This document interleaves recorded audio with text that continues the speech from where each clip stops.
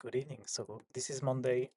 I just came back from a convention that spent the last 3 days in. Sorry for the bad audio on the previous video, by the way. But I was recording at the convention, that's why. And today I want to talk about the fact that you cannot trust your intuition, especially if you are an artist. But in general, I believe this is true. Um, Not that intuition is bad. I think the gut feeling is very important in general, but for a lot of decision, you really cannot trust it. And even if you think you are very rational, that you are doing things based on data, extra, also think it's a mistake. So first of all, when you are an artist, the amount of time you put into a piece really and investment you have emotionally really influence the way you look at it. So typically, for example, this illustration right here. Yes, I have the illustration at work.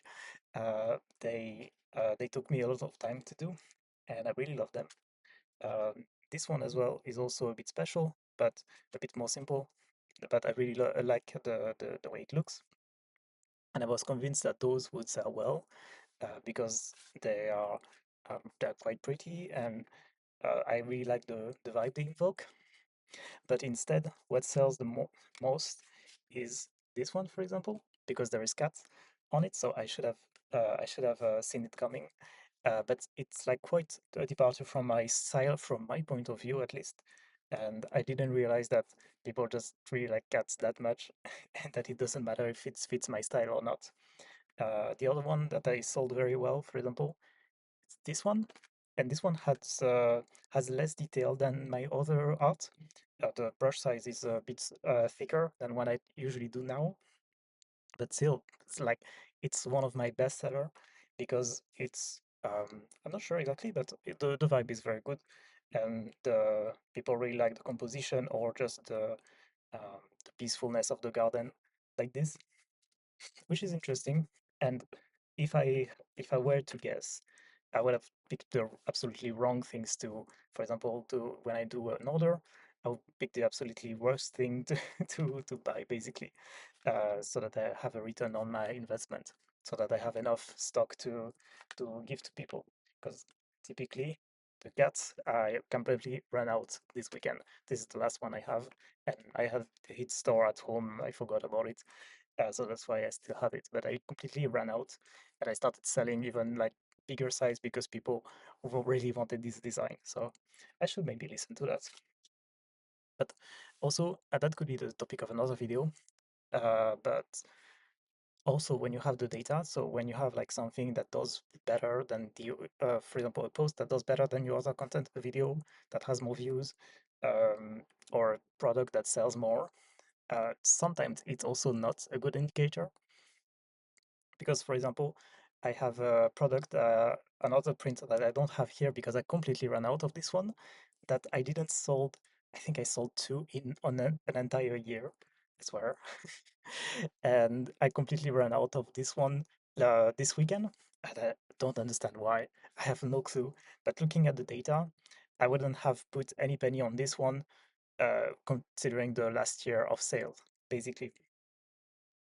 But even so it can fluctuate a lot, and the reason why is because most of you, me for example, we are working on very small data sample, so we don't have like millions of sales, thousand and thousand of impression that allows us to see like the um, grand scheme of things, which in return make it so that there is a big margin of error. That's what I'm coming at.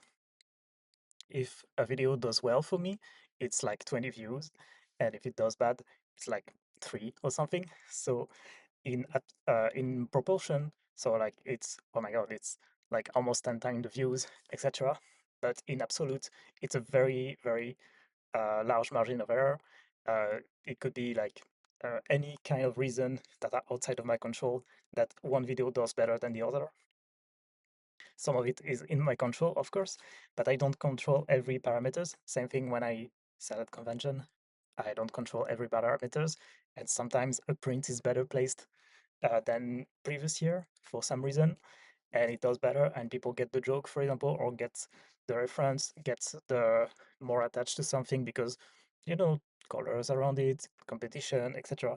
There's so many things outside of your control. So you cannot treat just your intuition because you don't have the same view. You're not your customer. You're not the person who receive your post, and you cannot be so rational. Also, you cannot be so rational because there is so many variables that even if you base your understanding and your intuition on real data, it can be completely wrong in the at the end of the day. So yeah, just a reminder to what do you do then? If you cannot trust your intuition, if you cannot be rational and calculating, what do you do? Well, I would say um, base yourself on the data, base yourself on your intuition, but don't put all your eggs into it. And especially continue to experiment. Never settle onto one specific thing because it has worked in the past, because it could not work in the future, or there could be something else that you missed in the data. So, for example, uh, the way you present your table at a convention, the way you have the hour you post, for example, it really matters on the way you get reach, for example, way more than the content on some platforms. So you really need to think about the whole picture and just continue to throw things at the wall, continue to experiment. You can have your stable contents, but you need to have something to experiment. So you need to have a way to, let's say, get more diverse data in order to be able to find find exactly what works best for you. Because it trust me, it might not be what you're doing right now. Well, yeah, probably actually.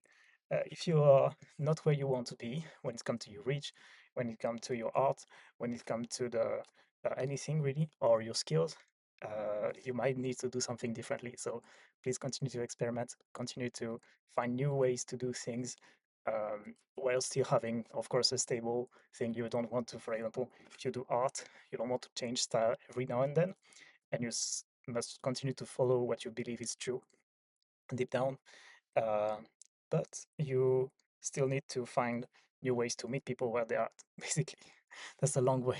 It's a very long way to say it. Sorry, I'm a bit tired today, but I really wanted to share this with you because that's one of the big learning I need to do recently. So have a nice day and see you tomorrow.